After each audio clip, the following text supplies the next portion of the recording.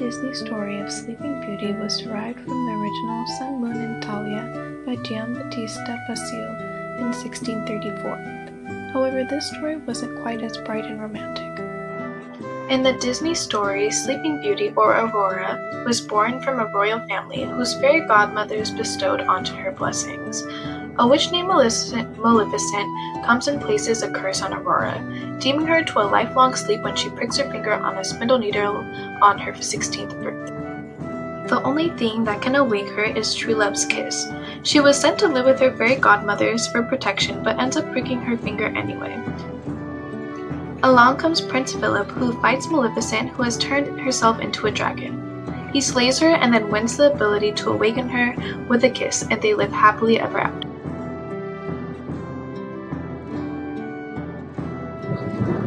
In Basile's story, Sleeping Beauty was cursed the same way, but with a splinter of flax in her finger. One day, a king discovers an abandoned castle and sneaks in to explore it. He finds Talia, the Sleeping Beauty of this story, who is deeply asleep. He found her so attractive that he had sex with her and left not knowing that he had actually gotten her pregnant. As she slept through her pregnancy, she also slept through her labor, where she birthed twins.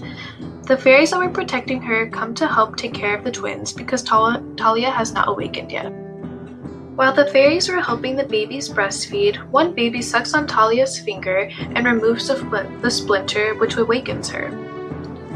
The king hears of this and remembers her and is so excited that she has birthed his children. They meet up and instantly create a romantic relationship, only to find out that he is married to Maleficent, who had cursed her in the first place.